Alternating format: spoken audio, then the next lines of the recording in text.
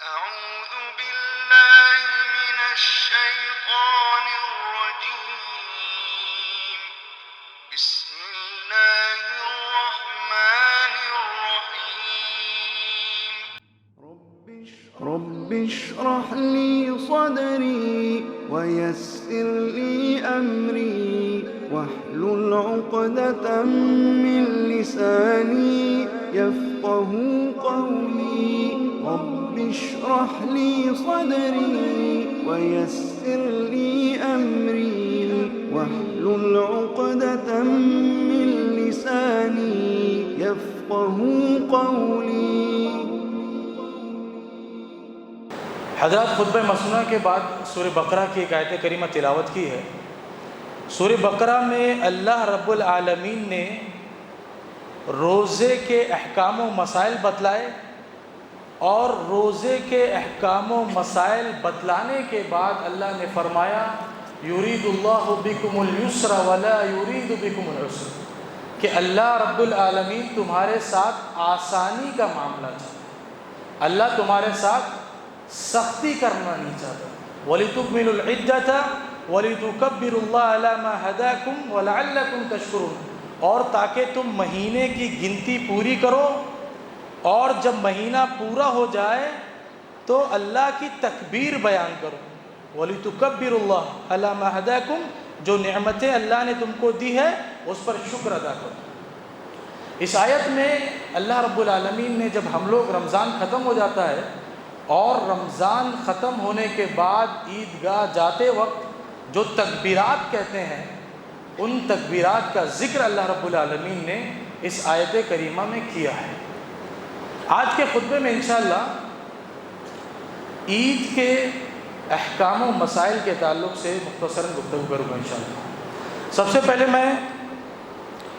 ہم اللہ رب العالمین کا شکر ادا کریں کہ اللہ نے ہمیں ہماری زندگی میں ایک اور رمضان نصیب کیا، رمضان کی عبادتیں نصیب کی. ہم نے رمضان میں الحمدللہ اللہ کی توفیق سے خوب عبادتیں کی، قیام اللیل کیا، تلاوت کی، روزے رکھے، صدقہ و خیرات کیا اور دیگر جو خیر کے کام ہوتے ہیں وہ سب ہم نے کرنے کی کوشش کی. اللہ رب العالمین سے دعا ہے کہ اللہ ہماری ان ٹوٹی پھوٹی عبادتوں کو قبول فرمائے. سب سے پہلی بات جو آج کے خطبے میں کرنا ہے وہ آج یہ آخری عشرہ چل رہا ہے، رمضان کا آخری عشرہ چل رہا ہے اور آج کا یہ جمعہ رمضان کا اس رمضان المبارک کا آخری جمعہ ہے.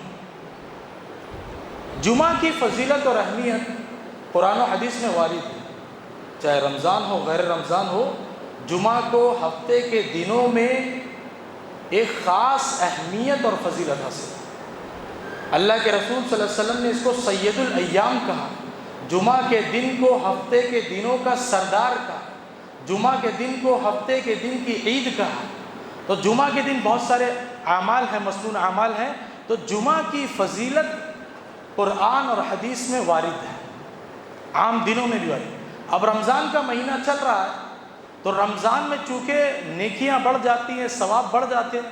رمضان مبارک مہینہ ہے، اس لیے رمضان کے مہینے میں جو جمعہ پڑھیں گے وہ باقی دنوں سے افضل رہے گا. یعنی غیر رمضان میں جو جمعہ ہے ان جمعوں کے مقابلے میں رمضان کا جمعہ اہمیت کا حامل رہے گا ہی رہے گا، کیونکہ یہ رمضان کے مہینے میں اس کا وجود ہے. لیکن رمضان کے آخری جمعہ کے تعلق سے سماج میں جو چیزیں مشہور ہیں اس کا دین اور اسلام سے کوئی تعلق نہیں ہے. جمعۃ الوداع یا الوداع جمعہ جو سماج میں یا لوگوں کی زبان پر جو مشہور ہے، تو شریعت اسلامیہ میں جمعۃ الوداع کا کوئی تصور نہیں ہے. جس طرح رمضان کے پہلے 3 جمعہ تھے ویسے ہی رمضان کا یہ آخری جمعہ بھی ہے. اس کے تعلق سے کوئی حدیث قرآن کی کوئی آیت وارد نہیں ہے. اور دین اسلام ایک ایسا دین ہے جس میں کسی چیز کی کمی باقی رہیں گی. اللہ کے رسول صلی اللہ علیہ وسلم نے حجۃ الوداع کے موقع پر فرمایا الیوم اکملت لکم دینکم واتممت علیکم نعمتی. اللہ نے یہ آیت نازل کی اور اللہ کے رسول کے ذریعے پیغام دے دیا کہ آج تمہارا دین مکمل ہو گیا. تو دین میں آپ دیکھیں گے چھوٹی سی چھوٹی چیز دین میں اس کے تعلق سے تعلیمات موجود ہیں. آپ بتائیں اللہ کے رسول صلی اللہ علیہ وسلم نے استنجا کرتے وقت انسان کو کیسے بیٹھنا ہے، ٹوائلٹ میں انسان کو کیسے بیٹھنا ہے، کس طرف زور ہونا چاہیے، کس طرف زیادہ ویٹ ہونا چاہیے، ایک معمولی سی چیز بھی اللہ کے رسول صلی اللہ علیہ وسلم نے بتا دی ہے. کوئی چیز چھوڑی نہیں ہے. یہودی مذاق اڑاتے تھے کہ تمہارا دین کیسا ہے کہ اس میں استنجا کے طریقے بھی بیان کیے جاتے ہیں، کیسے بیٹھنا اس کے طریقے بھی بیان کیے جاتے ہیں. تو اللہ کے رسول صلی اللہ علیہ وسلم نے یا شریعت نے کوئی معمولی سی چیز بھی بیان کرنا چھوڑی نہیں. آپ دیکھیں آخری عشرہ چل رہا ہے، رمضان کا جو آخری عشرہ ہے قرآن اور احادیث میں اس کی فضیلت آئی ہے. اللہ کے رسول صلی اللہ علیہ وسلم نے آخری عشرے میں طاق راتوں کو تلاش کرنے کا حکم دیا. آخری عشرے میں شب قدر کا وجود ہے. اللہ رب العالمین نے فرمایا انا انزلناہ فی لیلۃ القدر لیلۃ القدر خیر من الف شہر، کہ رمضان میں اس رمضان میں ہم نے قرآن نازل کیا اور یہ رات ایک رات ہے رمضان میں ایسی جو 1000 راتوں سے بہتر ہے. اور اللہ کے رسول نے فرمایا کہ رمضان کے آخری عشرے میں طاق راتوں کو شب قدر کو تلاش کرو. تو ہم جو آخری عشرے میں محنت کرتے ہیں اس کی وجہ کیا ہے؟ اللہ کا اور اللہ کے رسول کا حکم ہے. ہم پہلے عشرے میں طاق رات نہیں ڈھونڈتے، ہم دوسرے عشرے میں طاق رات نہیں ڈھونڈتے. کیوں؟ کیونکہ شریعت کا حکم اس تعلق سے وارد نہیں ہے.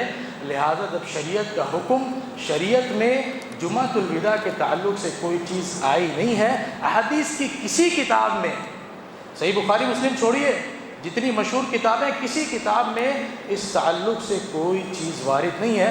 لہذا جو لوگ اس جمعہ کو، رمضان کے آخری جمعہ کو خاص اہتمام کرتے ہیں، نئے کپڑے سلاتے ہیں اور قضائے عمری بولتے ہیں کہ آج جو نماز پڑھ لیا، روزے رکھ لیا، اس کے سال بھر کے نمازیں سب معاف ہو جائیں گی، تو یہ سارے عقائد باطل ہیں، بدعات اور خرافات ہیں. ان سے ہمیں بچنا چاہیے اور لوگوں کو بچانا چاہیے اور صحیح دین پر عمل کرنے کی کوشش کرنا چاہیے. صحیح دین پر عمل کریں گے تبھی کامیابی ملے گی، ورنہ نقصان اٹھانا پڑے گا. یہ جمعۃ الوداع کے تعلق سے. دوسری بات عید کی چند سنتیں ہیں، اس کے تعلق سے بات کرنا ہے. عید ایک مذہبی خوشی کا نام ہے. عید منانا عبادت ہے، عید منانا عبادت ہے اور عید کے دن خوشی کا اظہار کرنا چاہیے. عید کا دن خوشی کا دن ہے، تو جب خوشی کا دن شریعت نے قرار دیا ہے تو ہمیں خوشی منانا ہے اور اس خوشی کا اظہار کرنا ہے. اب اس خوشی کا طریقہ جو بھی ہو، رشتہ داروں سے ملاقات کر کے ہو، رشتہ داروں کے گھر پہ جا کے کچھ کھا پی کر ہو، معانقہ کر کے ہو، گلے مل کر ہو، اور جو بھی رائج ہے طریقہ. صحابہ کرام اللہ کے رسول صلی اللہ علیہ وسلم کے زمانے میں عید کا دن مناتے تھے، خوشی مناتے تھے اور خوشی کا اظہار کرتے تھے. اور عید والے دن صحابہ کرام کھیل کود کا مظاہرہ کرتے تھے، یعنی کچھ ایکٹیویٹی ہوتی تھی.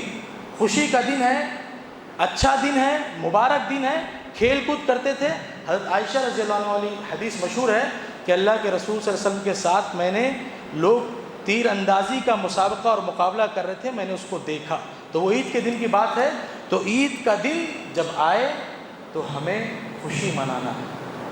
عید کے دن ہمیں خوشی منانا ہے اور خوشی کا اظہار کرنا ہے اور جائز حد میں خوشی منانا ہے، لمٹ کراس نہیں کرنا ہے. ہمارے یہاں کیا ہوتا ہے، عید کا دن جب آتا ہے تو ہم لوگ آزاد ہو جاتے ہیں. چاند جیسی دکھتا ہے تو شیطان آزاد ہوتا ہے اور عید کی نماز پڑھنے کے بعد ہم لوگ آزاد ہو جاتے ہیں. اب ہم لوگوں کا کام کیا ہوتا ہے، خاص کر نوجوانوں کا، کہ عید کی نماز پڑھنا ہے، تھوڑا دوستوں سے ملنا ہے، پھر سونا ہے، سو کے اٹھنا ہے اور کہیں ٹکٹ بک رہتی ہے اور مووی دیکھنے جانا ہے. یہ ہمارا کام رہتا ہے، ہمارے نوجوانوں کا اور مسلمانوں کا کام رہتا ہے. اور خاص کر عید کے موقع پہ تو فلم دیکھنا بھی اسلامی ماحول بنا دیتے ہیں لوگ، کہ فلاں خان کی مووی آ رہی، چلو دیکھا جائے، فلاں خان کو سپورٹ کیا جائے. مطلب رمضان پر ابھی عبادت کرتے ہیں، رمضان پر محنت کرتے ہیں، رمضان پر نیکیاں کرتے ہیں، رمضان پر تقویٰ کی پریکٹس کرتے ہیں، اور عید کا چاند دکھتا ہے، عید ختم ہوتی ہے، سب کچھ ختم کر دیتے ہیں۔ تو شریعت نے خوشی منانے کی اجازت دی ہے، لیکن حد میں رہ کے، لمٹ کراس نہ کر کے۔ پتہ چلتا ہے نماز نہیں پڑھ رہے ہیں، عید آئی، عید کی نماز پڑھی، اس کے بعد تو نماز ختم، پورے دن سو رہے ہیں، گھوم رہے ہیں، نماز کا کوئی پتہ نہیں۔ تو ایسی خوشی جائز نہیں ہے جس میں ہم شریعت کی حدود کو، شریعت کی لمٹ کو پار کر دیں۔ تو عید کا دن عبادت کا دن ہے، خوشی منانا ہے۔ دوسری چیز جو سنت، جو احکام ہے عید کے تعلق سے، کہ عید کے دن غسل کرنا، نہانا، یہ مستحب ہے۔ صحابہ کرام پابندی سے غسل کرتے تھے، عید کے لیے جب جاتے تھے تو غسل کر کے جاتے تھے۔ ہمیں اور آپ کو بھی چاہیے کہ ہم عید کے وقت، عید کے دن جاتے وقت غسل کرتے ہوئے جائیں۔ اسی طرح غسل کے بعد جو سنت ہے وہ یہ کہ اپنی استطاعت اور حیثیت کے مطابق انسان اچھے، نئے اور بہترین لباس پہنے گا۔ نئے کی شرط نہیں ہے، اچھے اور بہترین لباس پہنے، اپنی استطاعت۔ اگر آپ کے پاس طاقت ہے نئے لباس کی تو نئے لباس پہنیے، اگر طاقت نہیں ہے تو آپ کے پاس، آپ کے کپڑوں میں، کپڑوں کے اسٹاک میں جو اچھا کپڑا، جو بہترین کپڑا ہے اس کو پہن کر جائیں۔ حضرت ابو بکر رضی اللہ عنہ نے بازار میں ایک کپڑا دیکھا تو اس کو اللہ کے رسول صلی اللہ علیہ وسلم کے پاس لے کر آئے اور آپ سے کہا کہ اللہ کے رسول صلی اللہ علیہ وسلم یہ کپڑا آپ لے لیجئے، اس کو آپ جب آپ کے پاس کوئی وفد، کوئی ڈیلیگیشن آئے گا تب پہنیے گا، اور عید کے دن آپ اس کپڑے کو پہنیے گا۔ تو اللہ کے رسول صلی اللہ علیہ وسلم نے فرمایا کہ کپڑا متقیوں کے لیے مناسب نہیں ہے۔ وجہ یہ تھی کہ حضرت ابو بکر رضی اللہ عنہ نے جو کپڑا لائے تھے وہ ریشم کا کپڑا تھا، اس لیے اللہ کے رسول نے منع کیا کہ یہ کپڑا متقیوں کے لیے مناسب نہیں ہے۔ لیکن آپ صلی اللہ علیہ وسلم نے جو دو باتیں اور حضرت ابو بکر نے کہی تھی عید کے دن، جو نیا کپڑا یا اچھا کپڑا پہننے کے تعلق سے، اس پر آپ صلی اللہ علیہ وسلم نے کوئی نکیر نہیں کی۔ تو ہمیں اور آپ کو عید کے دن اپنی طاقت اور حیثیت کے مطابق اچھا اور بہترین کپڑا پہن کر جانا چاہیے۔ اگر کسی کے پاس طاقت نہیں ہے تو زبردستی نہیں ہے۔ بعض دفعہ یہ ہوتا ہے کہ گھروں میں پریشر بنتا ہے کہ عید کو تو ہمیں نیا کپڑا ہونا ہی ہونا۔ عورتیں، بچے یہ اپنے والدین سے، اپنے سرپرست سے کہتے ہیں کہ ہمیں تو عید میں نیا کپڑا چاہیے ورنہ ہمارا مسئلہ تو خراب ہو جائے گا۔ تو ایسی کوئی ضرورت نہیں ہے۔ اگر کسی سال کوئی مسئلہ ہے، بعض دفعہ ہوتا ہے آدمی کا کاروبار خراب ہو جاتا ہے، آدمی کا روزگار چھوٹ جاتا ہے، آدمی کے پاس تنگی رہتی ہے، پیسوں کے مسائل رہتے ہیں، تو اگر ایسا کوئی مسئلہ ہے تو آپ نیا کپڑا نہیں خریدیں گے تو ایسا نہیں ہے کہ آپ کی عید کی نماز نہیں ہو، آپ کی عید کی نماز ہو جائے گی۔ اللہ کے رسول صلی اللہ علیہ وسلم نے بس ترغیب دلائی ہے کہ بہترین اور اچھا کپڑا پہن کر انسان کو عیدگاہ میں جانا چاہیے۔ اسی طرح ایک سنت اللہ کے رسول صلی اللہ علیہ وسلم کی عید کے تعلق سے یہ ہے کہ جب آپ صلی اللہ علیہ وسلم عیدگاہ جاتے تھے عید الفطر کے موقع پر تو تاک کھجوریں کھا کر جاتے تھے، 1 3 5 تاک۔ اور یہ سنت جو تاک کھجوریں کھانے والی ہیں یہ صرف عید کے ساتھ خاص ہے، یعنی پیارے نبی صلی اللہ علیہ وسلم صرف عید الفطر کے موقع پر تاک کھجور کھا کر عید کو جاتے تھے، ورنہ سال کے دیگر دنوں میں کھجور کھانے کے وقت آپ صلی اللہ علیہ وسلم کی سنت تاک کھجور کھانا نہیں ہے۔ ہمارے یہاں ایک غلط فہمی ہے کہ جب بھی ہم کھجور کھاتے ہیں سال کے کسی مہینے میں، کسی دن میں، تو بولتے ہیں کہ ارے تاک کھجوریں کھاؤ، تاک کھجوریں کھانا سنت ہے، تو یہ بات غلط ہے۔ سنت ہے تاک کھجوریں کھانا، لیکن عید الفطر کے موقع پر۔ تو جو چیز جہاں ہے اس کو وہیں رکھنا ہے، اس چیز کو اس جگہ سے بدلنے سے معاملہ بگڑ جائے گا۔ تو اس چیز کو واضح رکھ کے اپنے لیے۔ اسی طرح ایک سنت اللہ کے رسول صلی اللہ علیہ وسلم کی یہ ہے کہ اگر عیدگاہ گھر کے قریب ہو تو پیدل جانا سنت ہے، پیدل چل کے جانا سنت ہے۔ اگر عیدگاہ قریب ہو، جہاں پر آپ عید کی نماز پڑھنے جا رہے ہیں، اگر وہ آپ کے گھر سے قریب ہو اور پیدل چل کے جانا آپ کے لیے آسان ہو تو پیدل عیدگاہ جانا یہ آپ صلی اللہ علیہ وسلم کی سنت ہے۔ اسی طرح عید کو جاتے اور آتے وقت راستہ بدلنا یہ آپ صلی اللہ علیہ وسلم کی سنت، یعنی ایک راستے سے آنا ہے اور دوسرے راستے سے جانا، اپنے ہی گھر پہ جانا ہے لیکن راستہ بدل کر جانا ہے، یہ اللہ کے رسول صلی اللہ علیہ وسلم کی سنت تھی۔ بعض دفعہ ہوتا ہے کہ لوگ بہت قریب رہتے ہیں تو راستہ نہیں ملتا، تو کوشش کریں کہ کسی اور گلی سے، کسی اور راستے سے آپ تھوڑی سی محنت کر کے مڑ کے چلے جائیں، تو ایک سنت پر انشاءاللہ عمل ہو جائے گا اور اس کا ثواب انشاءاللہ ہمیں ملے گا۔ اسی طرح عید کی نماز کی ادائیگی کے لیے سنت یہ ہے آپ صلی اللہ علیہ وسلم کی کہ عید کی نماز مسجد کے علاوہ میدان یا عیدگاہ میں ادا کی جائے۔ افضل یہ ہے کہ آدمی عید کی نماز عیدگاہ اور میدان میں ادا کرے۔ الحمدللہ حیدرآباد میں انتظامات ہیں، بہت سے شہروں میں انتظامات نہیں ہیں۔ بڑے بڑے شہر، ممبئی میں ہم لوگ دیکھتے ہیں کہ چھوٹی چھوٹی مسجدوں میں 2 3 جماعتیں ہوتی ہیں۔ تو آپ کے یہاں اگر عیدگاہ کا انتظام ہے تو اس پر شکر ادا کریں اور عیدگاہ میں نماز پڑھنے جائیں۔ تو عیدگاہ میں نماز پڑھنا سنت ہے، افضل ہے۔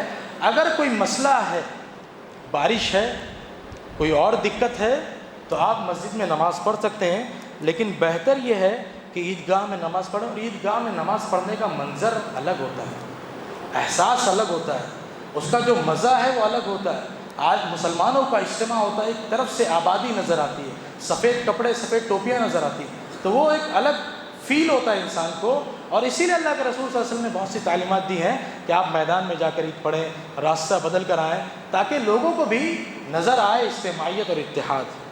تو عیدگاہ میں ہم نماز پڑھیں، اور عیدگاہ میں اگر ہم نماز پڑھ رہے ہیں تو عید میں ایک تو نہ اذان ہے نہ اقامت ہے، اور عیدگاہ میں اگر نماز پڑھ رہے ہیں تو عید سے پہلے کوئی نفل نماز نہیں ہے، عید سے پہلے کوئی سنت نہیں ہے۔ اب بعض لوگ فجر کی نماز ہی نہیں پڑھیں تو وہ لوگ تو ادا کریں گے، جن کی فجر چھوٹی ہوئی وہ تو سوچتے ہیں کہ عید سے پہلے تو کم سے کم فجر ادا کر لوں، اب یہ لاسٹ ہے پتہ نہیں کب ملے گی۔ تو عید کی نماز اگر ہم عیدگاہ میں پڑھیں گے تو اس سے پہلے کوئی سنت، کوئی نفل نہیں ہے۔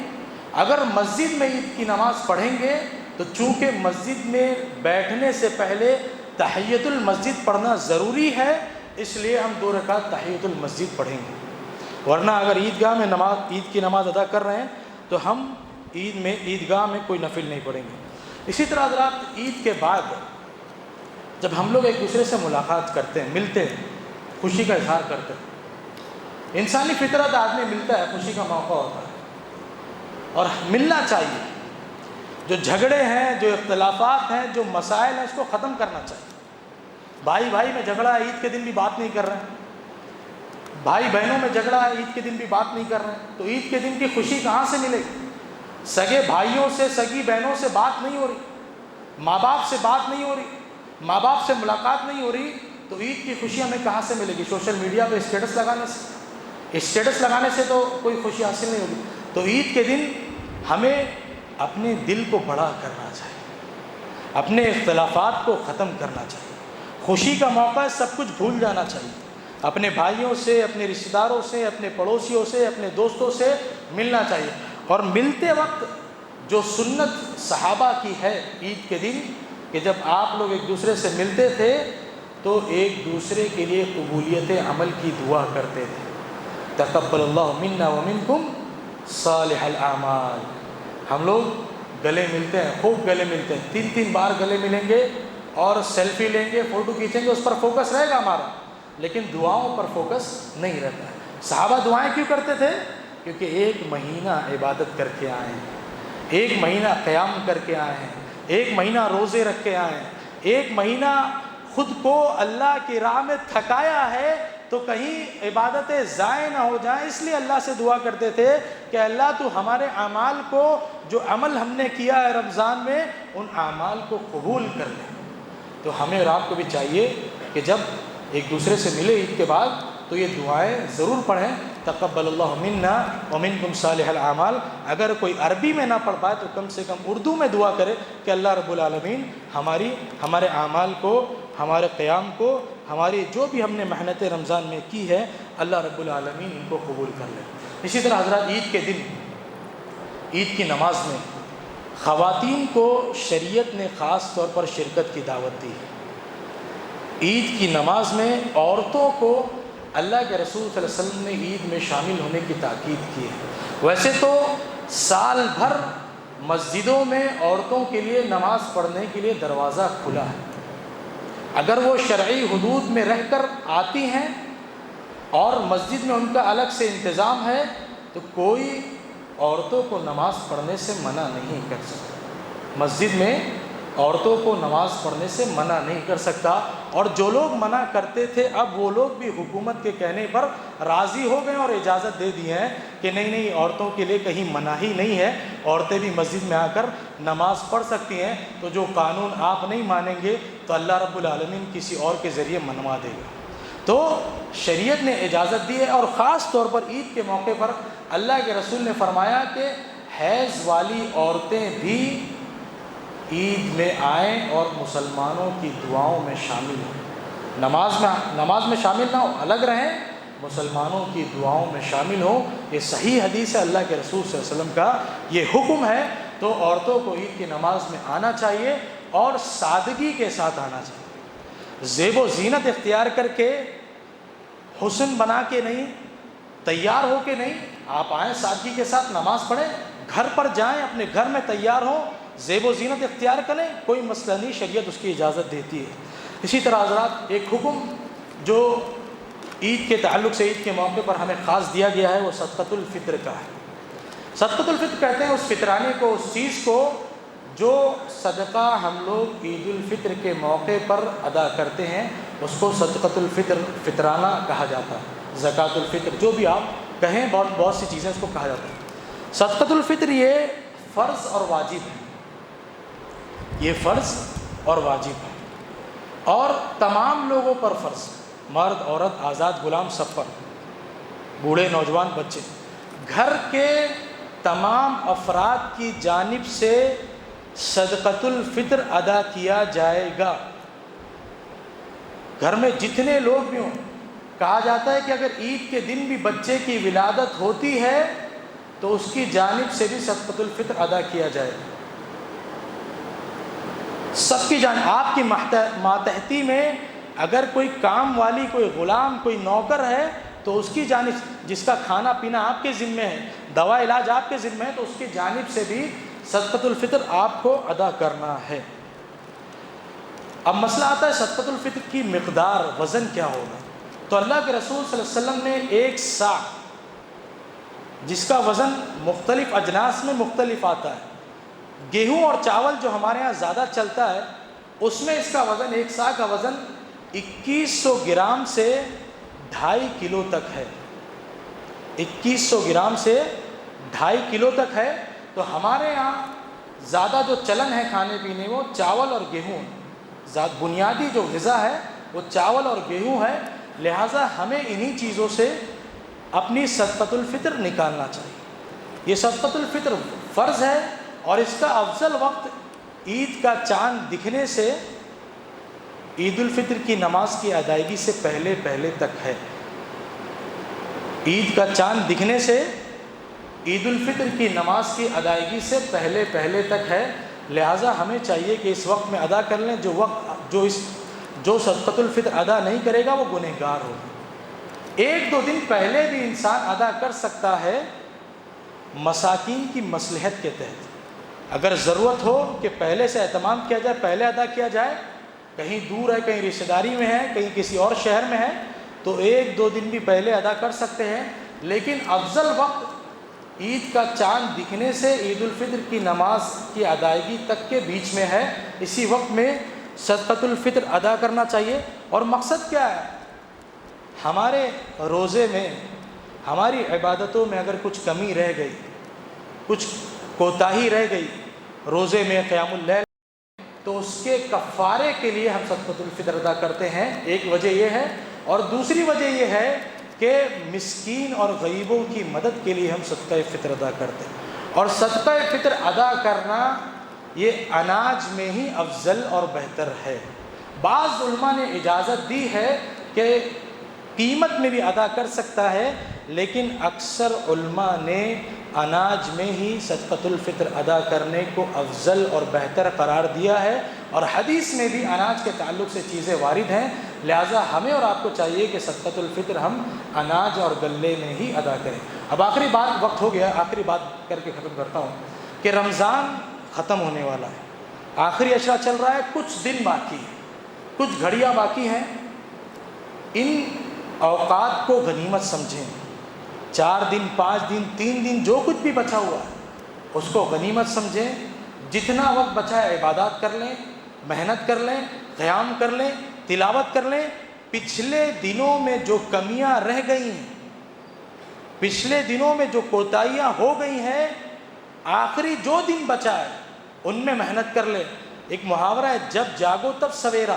تو ابھی اگر ہم پچھلے دنوں میں ہم نے وقت ضائع کر دیا ہے تو ابھی جتنے دن بچے ہیں اس میں محنت کر لیں اور اپنے آپ کو جہنم سے آزاد کرا لیں. عبادت کر لیں، قیام اللیل کر لیں، دعائیں کر لیں، استغفار کر لیں. اپنے آپ کو رمضان ختم ہونے سے پہلے بخشوا لیں. پتہ نہیں اگلے سال ہماری زندگی میں رمضان آئے گا نہیں آئے گا. اور اللہ کے رسول صلی اللہ علیہ وسلم کی حدیث ہے، انما الاعمال بالخواتیم، کہ اعمال کا دار و مدار خاتمے پر ہے. ہوتا یہ ہے کہ بہت سے لوگ رمضان کی شروعات بہت اچھی کرتے ہیں، شروع میں بہت عبادت کرتے ہیں، بہت محنت کرتے ہیں، لیکن آخر میں جو ان کا رمضان کا خاتمہ ہوتا ہے وہ اچھا نہیں ہوتا. تو ہمیں رمضان کو اچھی طریقے سے ختم کرنا ہے، اچھے اعمال کے ذریعے ختم کرنا ہے، خوب عبادتوں کے ذریعے ختم کرنا ہے. اور رمضان ختم ہونے کے بعد رمضان کا روزے کا جو مقصد تھا تقویٰ، جو اللہ کا خوف، اللہ کا ڈر اور پرہیزگاری، وہ رمضان ختم ہونے کے بعد وہ تقویٰ ہمارے اندر نظر آنا چاہیے. اس تقویٰ پر دوام اختیار کریں. رمضان میں فرائض اور نوافل ہم پڑھ رہے ہیں، رمضان کے بعد بھی فرائض اور نوافل پڑھیں. رمضان میں قرآن ہم پڑھ رہے ہیں، رمضان کے بعد بھی قرآن پڑھیں. رمضان کے بعد بھی عبادتیں کریں، رمضان کے بعد بھی ہم تلاوتیں کریں. تب جا کر صحیح معنوں میں معلوم ہوگا کہ واقعی ہم نے رمضان سے فائدہ اٹھایا. رمضان کا مقصد تبھی حل ہوگا جب ہم رمضان کے بعد بھی وہی مسلمان نظر آئیں گے جو مسلمان ہم رمضان میں نظر آتے ہیں. اللہ رب العالمین سے دعا ہے کہ اللہ تو ہمیں کہنے اور سننے سے زیادہ عمل کرنے کی توفیق عطا فرما. اللہ تو ہمیں صحیح دین کی ہدایت دے دے. اللہ تو ہمیں جب تک زندہ رکھ اسلام پر زندہ رکھ، جب ہمارا خاتمہ ہو ایمان پر ہو. اللہ تعالیٰ ہمیں جو لوگ بیمار ان کی بیماریوں کو دور فرما دے، ہمیں جو لوگ پریشان ان کی پریشانیوں کو دور فرما دے. اللہ تعالیٰ فلسطین کے مسلمانوں کی مدد فرما. یا اللہ فلسطین کے لیے غیبی مدد فرما. یا اللہ فلسطین میں جو لوگ ظلم و ستم ڈھا رہے ہیں، اللہ تعالیٰ تو ظالموں کو نصف و نابود کر دے، تباہ و برباد کر دے. اللہ ہمارے ملک میں، وطن عزیز میں مسلمانوں کے حالات تنگ سے تنگ ہوتے جا رہے ہیں، اللہ تعالیٰ مسلمانوں کے حالات پر رحم فرما. اللہ تعالیٰ مسلمانوں کے حالات کو درست کر دے. یا اللہ تعالیٰ تو ہم مسلمانوں کو عزت و وقار کی زندگی عطا فرما دے. یا اللہ ہمیں تو جو بیمار ہیں ان کی بیماریوں کو دور فرما دے. ہمیں جو لوگ قرض دار ان کے قرض کی ادائیگی کروا دے. ہمیں جو لوگ بے روزگار ان کے روزگار کے مسائل حل کرا دے. آمین. واخر دعوانا الحمد للہ رب العالمین.